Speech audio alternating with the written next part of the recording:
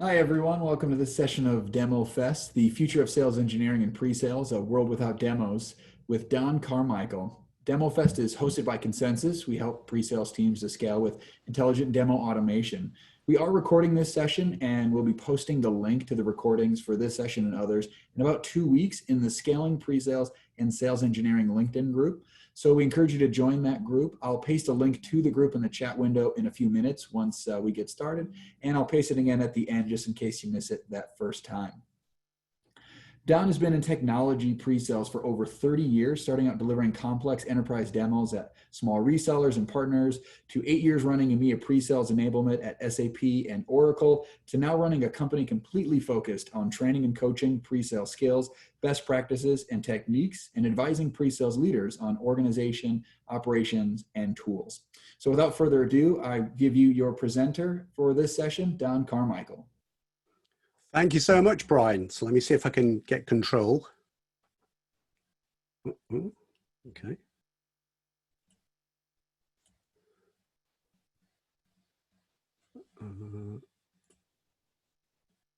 Oh, there we go. Right, there we go. I think we've got control.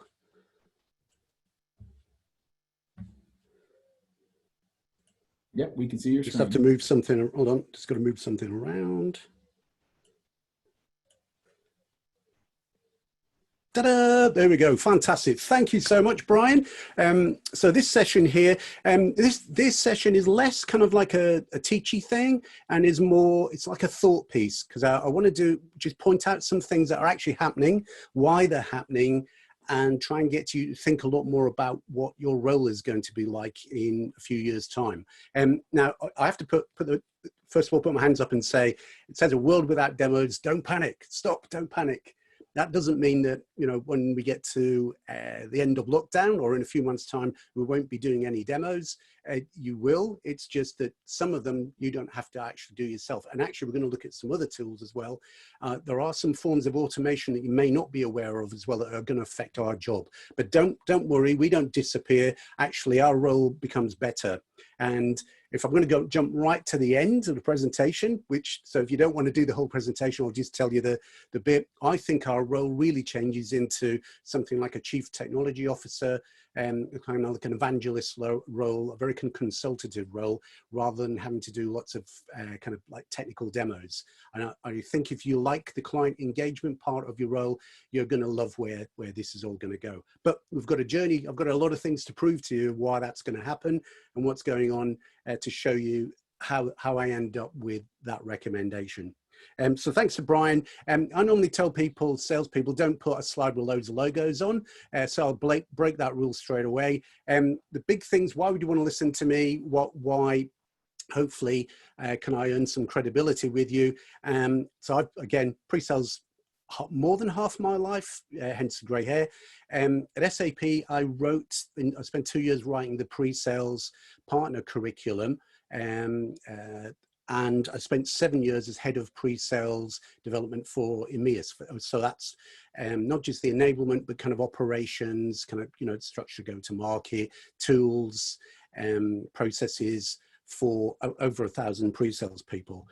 5 years ago, I started my own company called Winning Skills. I do some work with To Win, the demo to win people. But most of my work is actually consulting with pre-sales organizations, leaders, and also running courses. So, because I absolutely love kind of working with pre-sales people and helping them develop their professional skills. I've also done a year at Oracle where I did a very similar role to what I did at SAP, which is kind of a regional SC enablement role, and also advising at kind of regional level. And again, just to splatter loads of logos all over the place. So I've trained hundreds of people at Microsoft. At Adobe, I wrote their visual communications course and rolled that out.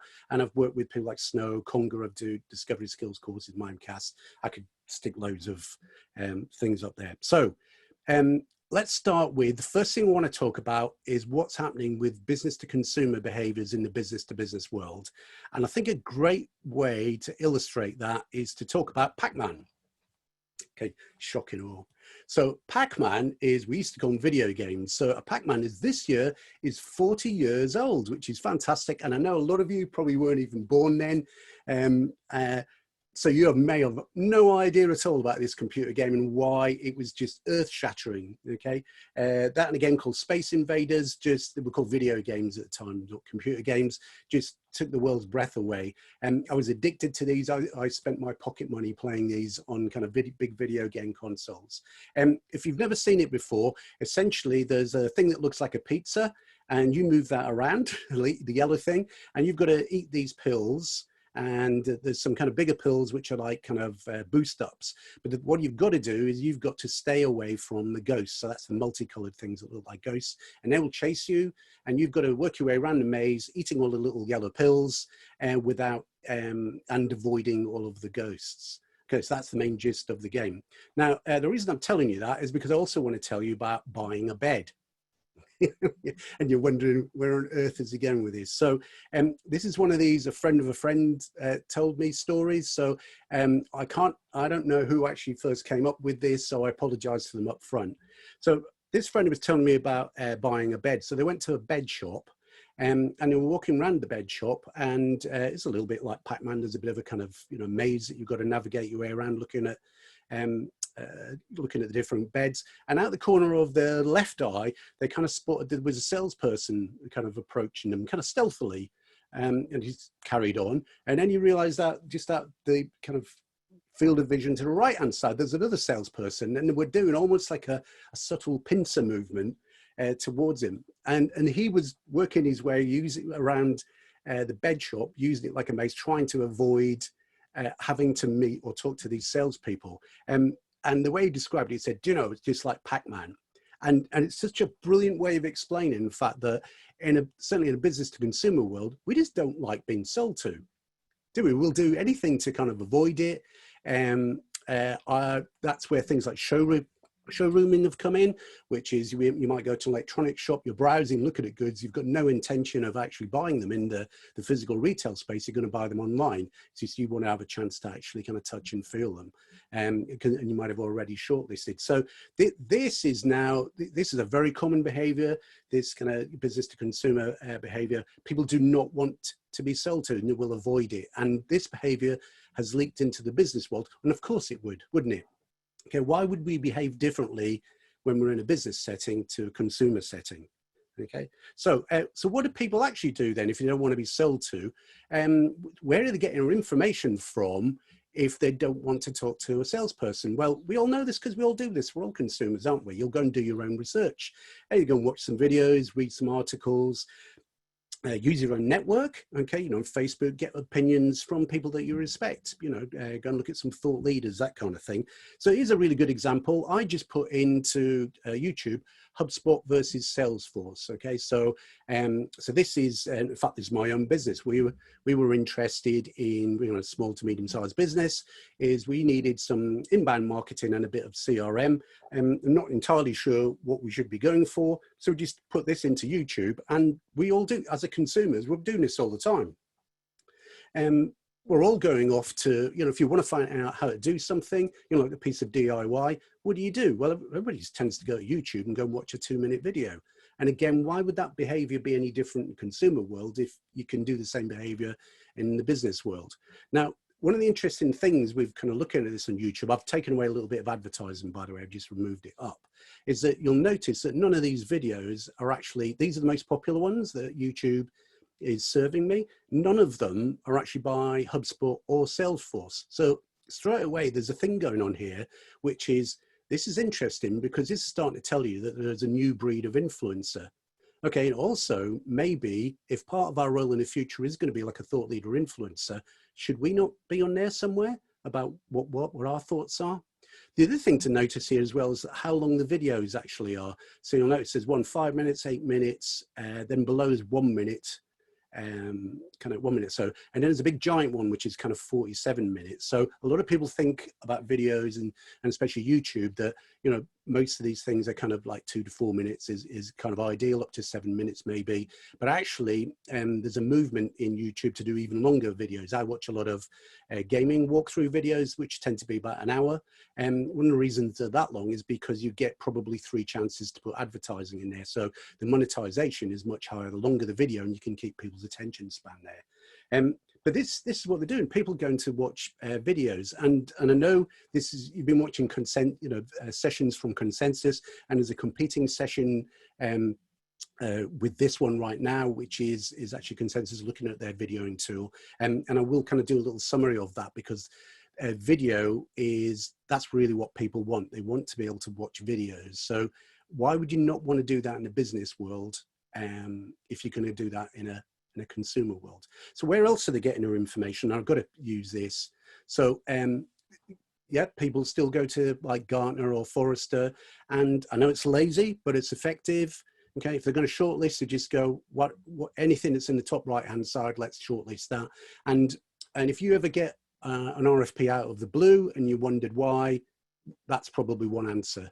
Is however I'm not going to go into, but however you manage to get in the top right hand side of these kind of one of these magic quadrants, that drives business, whatever you think of that. So people are going, they're looking for, who can they trust? Where can they get this information from? And you'll notice none of this is going to you. Okay, so let's kind of drill this down a little bit further, and let's look at a buying process. You'll notice I'm saying a buying process, not a selling process, because this is one of the things we need to kind of change the way that we think. So a buying process is identifying a need, pain internally.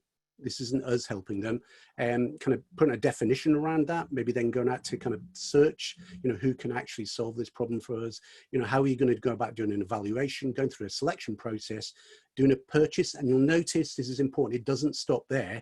Then there's a performance element to it, because the purchase, the PO, is just that is a step on a journey to actually getting some kind of outcome and value. So if I translate on top of that, then this 2/3 of the buying process. And these are figures, so this is CB, Gartner, Challenger, Forrester, similar figures. They're saying maybe up to 3/4 of the buying journey. And this is all happening as kind of self-research. You may not have any idea that these people are doing it because they don't want to be sold to. They do not want to kind of reveal themselves until they absolutely have to. And many companies are starting to adjust to this, and some companies aren't. Some companies, this is really, really painful for them because you don't want to wait until you get to the selection process. They feel it's too late. You need to have influence beforehand. Okay, so it's difficult. I'll put the arrow there. If this is the first point that you meet the buyers, this, even for us as SEs and pre-sales, this is really traumatic because these people have done an awful amount of research, you know, probably on your website, you know, looking at content, any videos you've got up there, but also looking at competitive stuff. And also, that very simple thing I did just by going to YouTube, HubSpot versus Salesforce, you know, there's all these other influencers out there that, you know, people doing comparison videos that we've got no control over. It's like the Wild West at the moment. You know, where are they getting all this information from? How can you get into their kind of part of this kind of self-research? And so 2/3 of the way, it might be even more. And only at that point, so, you know, you need to say, well, you know, marketing have a chance to influence that. And I'd say actually in the future part of your role, even if you're not doing it now, is you need to kind of evolve into not just kind of the product, but also the kind of the business, the outcomes, kind of being, like I said at the beginning, almost like a chief technology officer, a chief influencer, a thought leader. And you ought to be putting that thought leadership, that influencing in content, whether that's videos or whatever, into formats and places that these people are going to research. Yeah, that's going to be part of your role into the future, is not to wait until they want to talk to you, is putting your influence. And this also means things like LinkedIn. This is why your LinkedIn profile, you need to work so hard at it and make sure that you're seen as an influencer, that people want to follow you. Okay, they're getting some value from it. Okay, I want to point out something else as well. So the selling process, we kind of get a purchase order, or this was the way in the past. And of course, you get a purchase order, and the salespeople are running around, you know, yeah, kind of, you know, putting their jerseys over the top of their heads, you know, go, we've got to go, fantastic. Do you think the client is running around going, hey, fantastic, I gave you a purchase order? No, they're not. Of course, they're not. And there's a whole thing that is going to have to change over the next few years about this dysfunctional idea of what's going on with selling and where the value is created and where, you know, the outcomes and what success actually is. The client, in a way, the purchaser, doesn't matter. That's just a step on a journey to creating for the solution to be implemented and getting the outcomes and the success. And I'm going to come back to this because this is a big, this piece here, performance piece, this has a big influence on the way our role is going to change and how it morphs into a role that someone else has got a job title for. Oh, and by the way, talking about pre-sales, sales engineer, I don't think as a profession we've ever come and settled down on the best name. Maybe sales consulting is a good name.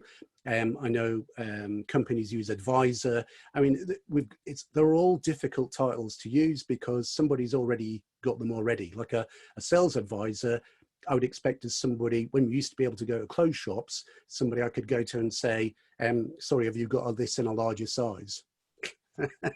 Typically for me. Okay, so we talk about that. Now, there's one other thing to talk about while we're talking this kind of change in behavior. So we had Brian Erling from SAP at a previous session I was watching. And I was kind of like, oh, should I show this slide at all, since he's already covered it? And I know this is almost the last slide of the kind of two sessions, and it's been a dilemma. It's almost like a pre-sales thing. Should I go first or should I go last? Because if you go last, you're constantly going back to your material and you go, ooh, you know, does that reference what's been come before? But let's look at this. This in the past, or for now, for us, this is a way of kind of segment the way we go to the market. So what I'm going to do is I'm going to borrow some terminology from the customer success world. Right down at the bottom are things that we sell as a service that are, let's say, less than $10 a month, something like that, 10, whatever, round about that. That is a world where almost everybody, I mean, hardly anyone's actually going to do any physical selling there. It's what we call tech touch. Okay, it's all done through technology, kind of marketing tools, customer success tools can actually do, you know, series of emails that will lead you on a journey.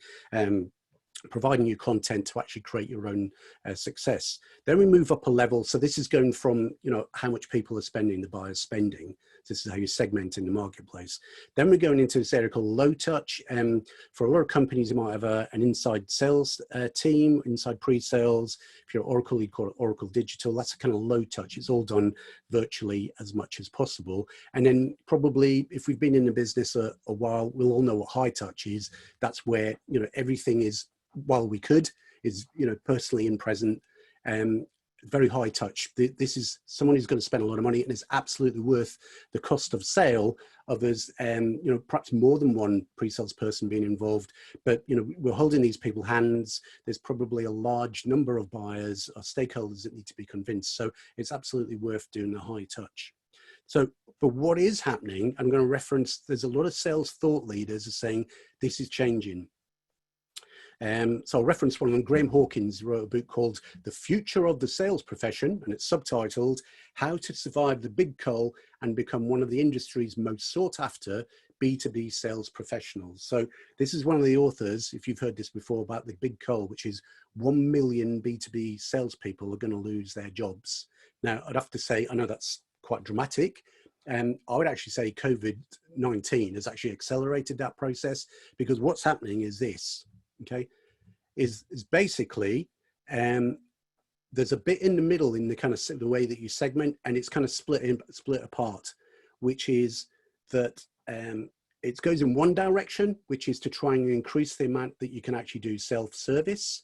Okay, so that segment has getting a lot bigger, and again, we have a role therefore, because people still want to meet us, but they're going to have to meet us virtually as kind of influencers, as visioneering, as people who can paint a picture of how a company will go from using technology, you know, through the business challenges they've got, to creating the insights that we told them about at the beginning, which are about kind of outcomes and success. So in one direction, we have to make the self-service thing bigger. That's because when we started to move to everything being as a service, you've got to remember that, I don't know, you may not know this, but in some cases when we're making sales, that client is not profitable until 3 to 5 years later.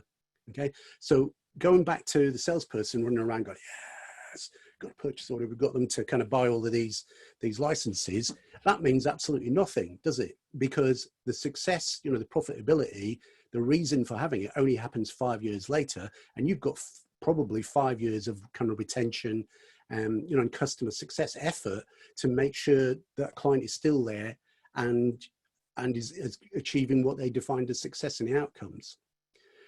So this is a big change, and we have to take our place within this. Now at the upper end then, where you can justify the cost of sale, people, what do people want? They want more of a consultative sell. Okay, they don't want to deal, and this is back to these kind of sales thought leaders and their predictions. You know, larger companies, ones that are going to spend more money, they don't want to deal with like a salesperson who's just going to go, you know, let's make a deal, let's do a discount. They want a consultative selling approach. An interesting thing I've found is that I've talked to a lot of kind of tech companies who do something like Challenger, and they've been teaching and invest in Challenger, you know, for the beginning of the sales cycle. But actually they just resort back into kind of solution selling, you know, consultative selling approach once you get past kind of the first couple of stages, because that's what people want. That's what works for them. And that consultative selling approach, you know, what do they want? Again, if a salesperson is going to be successful in the future, they need to take on a lot of the attributes and the knowledge and the credibility that we've got. And I'm going to come back to this, why that's super important. And because you know, people don't want to deal with salespeople, who want to deal with someone who can give them advice that they can trust is credible and is going to hold their hand and help them on a journey to creating the outcomes. Okay, so that's a lot about, again, I said this is kind of thought-provoking stuff. So that's a lot about kind of business to consumer impacting business to business. Like, why wouldn't it? Of course it does, okay? Why wouldn't people want to consume videos? Why wouldn't people want to use, let's say, a chatbot, which I shall come on to in a minute, instead of actually dealing directly with people? Okay, there's a huge change. This has got to do with kind of millennials, Generation X coming into you know, the marketplace, and have very different expectations of how they want to buy and what they're willing, how they're willing to interact with you. And personal opinion, I think one of the things that's holding us back with all this is that a lot of our sales leaders, they're basically looking at kind of 10, 15, maybe 20 years ago as to what worked for them then. You know, they're still living in a world where, hey, if you want to be more successful, you know, how many calls are we doing at the moment? 50 cold calls a day? Why don't we try 100? Okay, how many emails are we doing a day? 1,000. Let's try 2,000. That'll be more successful. That world is disappearing. That's not working anymore. GDPR is stopping a lot of that. The world has got to change into more of a kind of consultative thing, a more of a, you know, influencing, a more social world. It's very different. But the thing is, we play a real crucial role to that, because we can be credible, we can be thought leaders, we can be the chief technology officers.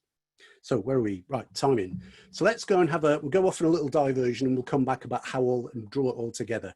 So can you automate pre-sales? Right, first answer to that is no. But you can automate parts of it.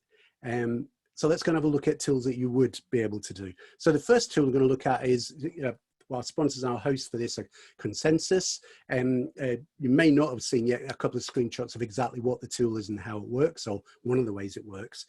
So I'll just give you a couple of screenshots of what it actually does, and how this fits in so well into people who want to do demo video automation, and from the buyers who just want to kind of self-service, you know, their learning, their education. You're normally faced with a screen that looks like this, and what it's got, the titles are perhaps a series of insights or challenges that, you know, people in this industry or within this persona have typically got, you know, and you put that intelligence in there, and then you can see 3 columns, and it says very important, somewhat important, and not important. Very important, if they tick it, what they want and what you're going to deliver then is a longer video. Let's maybe say 5 to 7 minutes, and it's actually going to go deeper and might actually do go into sort of a live demo using the technology. But they've said it's very important. This is, I mean, it's amazing, this kind of remote discovery. So, you know, from, you know, forever forward from this, that this person who answered this questionnaire, these are the challenges, these are the things they really need to see. So if you ever went forward to them and you actually did a live demo for them, do not under any circumstances show them anything else. Just show them what they've already told you is their core, you know, the key business requirements. If they tick somewhat important, it means that, okay, not as important as these other things where I'm willing to spend more time to sit and watch a video, and somewhat important, you would still deliver a video, but maybe it's only 1 or 2 minutes. It's more kind of like a vision thing, and, you know, just kind of an overview, you know, thought leadership piece. And if they've ticked not important, don't show them anything, of course. Okay, so they fill this in, they click continue at the bottom. So what do they see next? They see this, which is user interface. And what I'd like to draw your attention to is the top, because what Consensus has done then is built a playlist, and this playlist is a mix of longer and shorter videos. The longer ones are the ones that the buyer said are important. The shorter ones are the ones where they said somewhat important. I don't mind spending a couple of minutes on a vision thing, and you won't see anything where they say it's not important. Okay, so this is dynamite.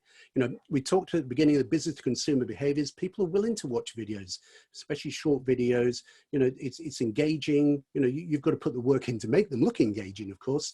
But people are getting huge success from this, because you know, it's part of your qualification, it's part of your discovery. It means that you can really ramp up, you know, your pre-sales team, you know, the scalability of it without having to increase dramatically the headcount. You can be so much more effective, you know, so much more productive, because you're just creating videos, or a subset of your team are creating the videos that feed into these tools. As Garen would show you on the other session that's going on there, is that this can't be used in all situations, but it can be used in many situations and most stages of the sales cycle, and, you know, and that kind of self-research part of the buying process we talked about before. I want to talk about another tool, which is, this is kind of new on the market, and I have to put my hands up here and say I was so impressed with this tool that I've actually taken an advisor role with them, as well as my company called Winning Skills. So it's called Admiral. Now, Admiral's kind of main thrust is that it's an RFP tool that uses machine learning to basically try and answer as much as the RFP or questionnaire, whatever it is, there's RFIs, was it pre-qualification questionnaires? Anybody who's in that kind of world knows there's loads and loads of different acronyms and security questionnaires, all kinds of things that you have to answer, things, sometimes on a regular cadence. They might not be part of a sales process at all. It's just something that your client security team need you to do on a regular basis. So almost as a side thing to that, they built a chatbot. And I was like, bang, like the possibilities of this are unbelievable, right? So let me just tell you what it does straight out of the gate, which is they built a chatbot tool that talks to your knowledge base. Now, the knowledge base, if you're using any kind of RFP tool, even if you're not using the tool, somewhere or other, you must have some kind of knowledge base that somebody's doing some work to regularly go back to, refresh, kind of correct, update, and it's like your golden knowledge of what should go into an RFP. How do you answer? You're willing to contractually bind yourself to these answers. So somewhere or other, someone must take some ownership of what they are. Now, if they're in people's heads at the moment, that's not good. Need to go into some kind of central repository. Now, if you've done that work for, like I said, using machine learning to answer as much as you can of an RFP, and it uses kind of like a confidence level, and learns from the instructions you give it about whether it answered properly. If you've got that and you've got the confidence in that knowledge base, why not stick a chatbot over the top of it and open it up to your whole of your client-facing internal team? So you can imagine now being with a client, whether virtually or maybe one day when we're allowed to go back on site, and they ask you a question and you don't know the answer. You're going to need to get back to, you've got a security technical team or a legal answer if you're a salesperson. Well, we're now steering into, well, you don't have to do that anymore. If you've put the effort in to make sure that these legal commercial security questions have actually been, sanitized, refreshed, and someone's looking after the quality of them, why not just use a chatbot to go and ask the question? And okay, the very first time you ever do that in front of a client, okay, and so imagine the situation, you're going to say something like, hey Google, ask Avenue a work assistant, and you might ask it a question, okay, is our data security architecture designed on an industry standard, CDSA, mullet safe, CSA, FedRAMP, Caesars, what's the answer to that? And it will provide the answer back to you. The very first time a client sees you do that, they're going to go, hold on a minute, stop there, hold the front page. I want to be able to do that. Okay, why do I have to go through you? Why can't I just have that chatbot myself? Okay, and that's going to be the future, isn't it? And this is going to impact our role as well. But it, probably in a good way, is that you don't need to on your own be the repository of every single kind of technology, architecture, and legal answer that you may have been expected to do before. Okay, and you can have very different conversations and have a very different kind of trust level with the client by using this technology. So some of this, yeah, can you see the kind of like you can automate some of this? Okay, and it's certainly going to change our role. And there's some new roles that are going to become from this as well. There's a role of people who are creating and managing videos. Okay. And there's a role of someone who's quite prepared. Maybe they've come from a product management background, hopefully better from pre-sales, understanding how these questions are articulated, how they're asked. Who's happy to look after this kind of knowledge base and keep it refreshed. So yeah, so there's some automation tools. There are others out there at the moment. You maybe not seen this one before, but the possibilities of this are absolutely awesome. Okay, just imagine the way it would change, the client relationship, and imagine these people, who are doing the self-research, and you open up this chatbot to them and say, well, fire away, go and research, go and ask us questions, and we'll automate the answers for you. Okay, just amazing how this could change. Okay, so let's try and pull all this together. So what does this actually say about our role? Okay, now, in the past, well, actually not even just the past, right now, okay, there's a role, there's a sales and AE kind of executive role, there's pre-sales, there's a level of overlap there, and there's customer success, which you may or may not get involved in, but there's a huge overlap with that as well. Okay, at the moment, we tend to treat these as separate. And the challenge with that is that's not really what clients want. Okay, what they want is this: customer success to close sales, pre-sales to kind of overlap with customer success, and sales to, so basically there are some differences. Salespeople, involved in kind of negotiations, discounting, that kind of thing. But there's going to have to be this huge overlap, because before I talked about, these sales thought leaders are saying that sales need to evolve into these A players that are, that have the knowledge, are credible, can offer advice. That sounds to me like pre-sales. And the evidence I offer for why pre-sales is actually so similar to customer success is easy. Okay, about, what was it, a year ago? I went to go and have a look at a Salesforce customer success director job spec, just to find out how different it was.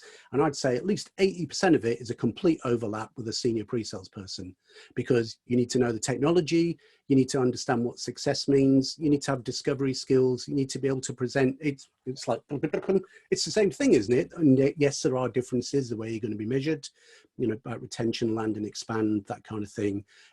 But all these roles are all kind of morphing together. Another thing that's driving this as well is that in some companies, there's a move to get away from commissions as well. Commissions drive quite bad behaviors really all around. Is if you could get away from that and it's all kind of work for the common good of the company, and also realize that making the sale, the purchase, doesn't mean anything at all to the buyer. What does mean something to them is that they get to the end of the journey, which, it could be like a year later, when they actually get, overcome the challenges, where they get the value that we talked about in the vision statement. They get the outcomes, the key business requirements that we said we could provide for them, or the agility, whatever it is, compliance, reduction in risk, increase in revenue, reduction in costs, the usual things. Okay, so what I want to do then is take that and say, okay, let's make all this a bit more specific. So what I want to do is draw this into, well, what does a future perfect pre-sales skill set actually look like? And actually, I've been saying this for years. It's not a future skill set. It's kind of what you should really be looking at right now, because this kind of morphed role as we go into the future, and consultative role, and what kind of clients actually want is actually something that looks like this. And the way it goes, quite simple. It goes 1/3 technology. So you need to know the technology inside out. If you're at something like Salesforce, you need to work your way through all of the, through all of your certifications, all your trails, that kind of thing. You need to know technology, because you can't be dangerous in front of a client. You can't make any guesses. You do need to know at least your part of the technology. And we've now understood that there are tools that are going to help you with things where you can't develop an expertise in, maybe something like cloud security. Maybe there's only 2 people in the business who actually know that inside out. Now you can project that knowledge out to the rest of the business, and if you're feeling confident, out to clients as well. So another 1/3 has got to be, I say, domain. So domain could also mean industry. If you're selling to oil and gas, you need to understand what the terminology is in oil and gas, what, the insights and challenges that drive it. How does the industry work, and what motivates individuals who work in oil and gas. And you need to understand the value and the outcomes and the success that actually equate to that. And that's a good 1/3, because that's what people want of you. If you're going to do the consultative approach, is that you need to have just as much technology with the business side of it, if you're going to be credible to kind of buyers who tend to be higher up in an organization, stakeholders. They want to talk to a business technology person. How does this affect my business? And the final 1/3 is people and communication skills, which is absolutely at the core of what we're going to do, the way we communicate, our ability to communicate, the way we do discovery. You need to have kind of empathy. You need to understand how to ask open and closed questions all the way through. The whole set of how do you build rapport with people? Okay, can you build rapport? Different cultures, what is rapport and trust and credibility with those? How does that fit together? And you need some side professional skill things that sit on the side of this. Absolutely essential. If we're morphing with the kind of sales role, and actually if you've got a lot of companies already, pre-sales do most of the selling. Yeah, it's true. It's true. You know, just go out there, go and check it out on LinkedIn, ask people, right? Pre-sales actually do most of the selling, you know, the introductions and, you know, like kind of navigation around a business, salesperson doing, but actually they just leave the rest of it to us. And I even know pre-sales people who do, you know, they do all the pricing, you know, use pricing books, price things up. And it's only the closing, the bit at the end, kind of negotiations, that the salesperson takes back over again. Passion, because if you don't have passion, no one else will be. You know, of course you need creativity, you know, agility, and you need to be a lifelong learner. Of course you do. Okay. So let's draw all this finally together, kind of like the last slide. How does this all fit together? So let's go. What do buyers want?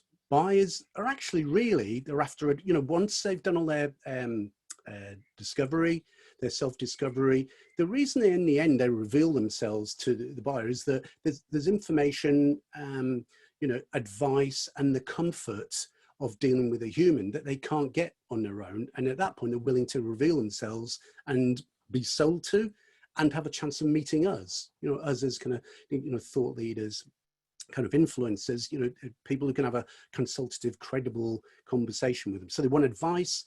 They do really actually value our recommendations. You know, how do your other clients do this? You know, and our insights we can bring from that as well. We say, I wouldn't do it that way. I would do it this way because the other clients that we've got, there's a, you know, the challenge you will meet if you go that direction. If you go this direction, it will achieve the agility and the compliance that you're after. People, that's what they really, really want. That's why they're finally meeting us. And also discovery, right? They want their, what's their desires, what's their fears, you know, their understanding of risk. They want it understood, and they want you to understand that and be able to kind of, you know, help them with that. You know, understand, have the empathy of, that's the thing that's going to stop them making a decision. How do you take them past that?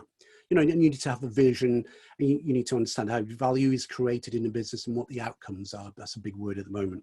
So if that's what the buyers want, what do you need? Well, obviously you need to be credible, kind of knowledgeable, trustworthy, you know, inspirational, passionate. Again, if you're not passionate, no one else will be. Likable is a bit difficult in some cultures. It doesn't matter whether you're likable, but as long as you can build trust and you can build rapport with these people, that's important. They have to build the trust, and you need to be an expert communicator. Okay, you know, it's almost none of that says anything really much about technology. It's a consultative approach. That's what they actually want. And so so Brian, what I'm going to say at that is, for everyone on this call, are you ready? Are you ready to take on the challenge to do that, and, you know, to move into the future of pre-sales and sales engineering? And yes, there's going to be some demos there, but actually you're going to be, you know, doing videoing of perhaps more of them. And if you are doing, you know, a face-to-face presentation, whether that's in person or virtual, you know, you don't need to spend loads of time on kind of, you click here and you click here and it does that. Do that on video, let them absorb all that up front, and they are willing to do that. Okay, this now is about, you know, you've been able to kind of, you know, influence and be a thought leader and consult with them. Okay, Brian. Perfect, Don. Thanks so much for a great presentation. Everyone, let's chat some claps for Don. Some great information, some great takeaways on how we can adjust our thinking about how pre-sales is going to look in the future. So we have quite a few questions. Again, we have a few minutes to follow up. If you want to see more of Don, he will, of course, be up next in our pre-sales panel after this. So definitely join for that session. We'll run through a few questions, but if we aren't able to get to those, and there's something else you have left for Don, he has his contact information up there, and I'm sure he would love to have you connect with him. Please. So a great question we have from Jay from the audience. He asks, so what do you propose as the best title for the pre-sales department? Oh, gosh. So when I got the head of pre-sales development SAP, the EMEA role, I discovered there were 68 different job titles being used across EMEA for what was pre-sales. And it was actually so complicated that HR had got 500 more people in pre-sales than there actually were. So the way I kind of answer it these days is that, do you know what, client facing, it doesn't really matter as long as you've got a consistent kind of job title internally that allow for things like competency matrices and you know, and in career progression, you know, as long as it's fixed internally. Externally, you know, some people, I think SAP using people, you know, customer advisors sometimes. It's you know, the only reason I ended up using pre-sales and promoting that one over anything else is that there are some difficulties with some titles, like engineer can get quite difficult in France and Germany because an engineer is a protected title. You know, you need an engineering qualification really. So you've got to be careful about, you know, some of these things. In the States, some people have a role like a solution captain, that, you know, that doesn't work so well either. So I can't really answer that. It's basically whatever works in your culture. It's the old have a blank business card. If anyone actually even uses a business card anymore, have a blank business card and, you know, customer, Mr. Client or Mrs. Client, I'll be whatever you want me to be. So maybe a blank digital business card. Which I do have. There's one right in front of you. Perfect. So another great question from Mark is, how do you feel interactions will change when actual face-to-face interactions become more rare? How will they change? Well, sorry, more face-to-face interactions. Do you mean what we're doing now? Or in more terms of actual live interactions or in person? Right. Okay. See, this is really interesting. This because some parts of the world, it was only really about 4 weeks ago where some of this technology became legal to use. You know, using there are some cultures I'd actually say kind of like maybe Southern Europe, Arab world. They will, as soon as they possibly can, get back to doing, you know, proper face-to-face kind of meetings, because that's just how commerce is done. You know, this stuff for some cultures is really, really uncomfortable doing things virtually. So, you know, and there are oil and gas, you know, everyone used to use oil and gas, kind of go, well, if you're going to have a meeting, jump on a plane, you know, plane tickets are cheap. Well, that's changed completely, you know. So there's been lots of sessions, I think, that we've done in DEMOFEST about, you know, acting skills to do with using the camera and things like that. I do, as much as possible, get other people to put their camera on, because we're humans, and you do communicate through the eyes. And, you know, humans want to look at other humans, and that's how they, you know, one of the ways they develop trust. And there's all these statistics about how much communication is actually done, you know, through not just you know, vocal, but you know, your body action and your face. That's great. I like that. I don't know if I answered it. It's a difficult one. Yeah, I think that makes sense though, through Zoom and so many other technologies that let us share our face even when we're not in the same room. So a really good question from David is if an organization starts to use demo automation and videos to engage buyers earlier in the journey, where are you seeing the budget come from? Are you seeing marketing get involved? Is it laying squarely on pre-sales leaders, or how is that traditionally working?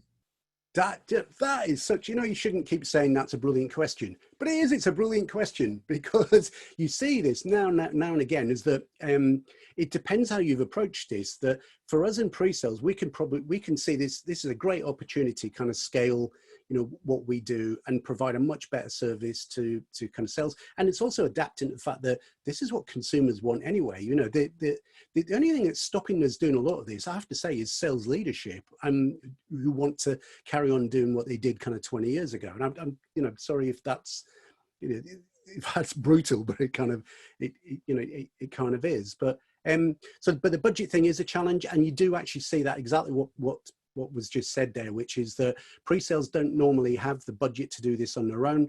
And you've got to be careful, because if marketing, and normally you do need to go marketing, but if marketing take this over, they will have a very different vision of how this is going to end up. They'll want to make things like super professional, you know, because they come from a very different world. So you've got to find a balance between the two. It seems the most successful way of doing it is for kind of sales, pre-sales and marketing to all put their hands in their pocket. And that seems to be the right way to do it, because you're all going to have to work together on this anyway. That's great. So I think we have time for one more question. Again, for those that we weren't able to get to, make sure to connect with Don to be able to reach out to him directly and ask those questions. But Ryan from the audience asked, in the keynote yesterday, we talked about digital pre-sales a lot, which you mentioned a lot, utilizing different tools that automate some of the processes and take a digital approach to it. How do you see that impacting or adjusting the B2B buying process you showed earlier? And do you believe we'll be able to have a better impact within the search and evaluation phases? We have to. We have to, because if you think about what we can do, we're such an undervalued kind of role, misunderstood role. We've got an amazing skill set. I talked about our model one for, we can talk technology and the business, we tend to, understand, how it delivers outcomes, and we tend, and we develop our, the communication skills to be able to do that. Why we have to find a role within companies where we can influence that kind of, like you say, the evaluation phase before. So I think we've had a couple of examples in previous sessions where we talked about, using demo videos that were actually in kind of established sales cycles. But actually, I think there's a much bigger opportunity here once you've understood kind of things like how inbound marketing works, influencing. Please don't forget the power of social as well, LinkedIn. I don't do my business is completely on LinkedIn. I don't do anything else because it's just brilliant. It just completely works. Once I'd overcome, my shyness, as most people have, about, putting some opinions out there. And once I understood a lot more about my kind of audience, it totally works. It totally works for me, and it can for you as well.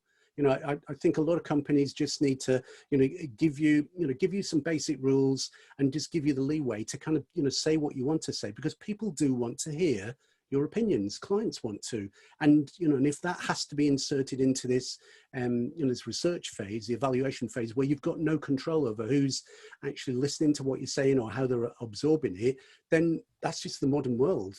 Yeah, I'll finish off that with the example I showed you of me going HubSpot versus Salesforce on YouTube, and just remind you of what popped up as the answers. Once I took away the advertising, not one of the videos there is by HubSpot or Salesforce. It's the new breed of hidden influencers, and we should be there. That's great, Don. Thanks again for such a great presentation and some phenomenal information. As a reminder, the next session coming up is the pre-sales panel with Don inside of that panel. So we look forward to seeing everyone in that session. Again, you'll be able to find the recordings right in that LinkedIn channel, and you should have the invite for the pre-sales panel session within your inbox as well. If you can't find that, you can go to it at demofest2020.com, and you'll find a link to that session as well there. Thanks so much, and have a great rest of your day. Thank you. Thank you, everyone. Thanks, Brian.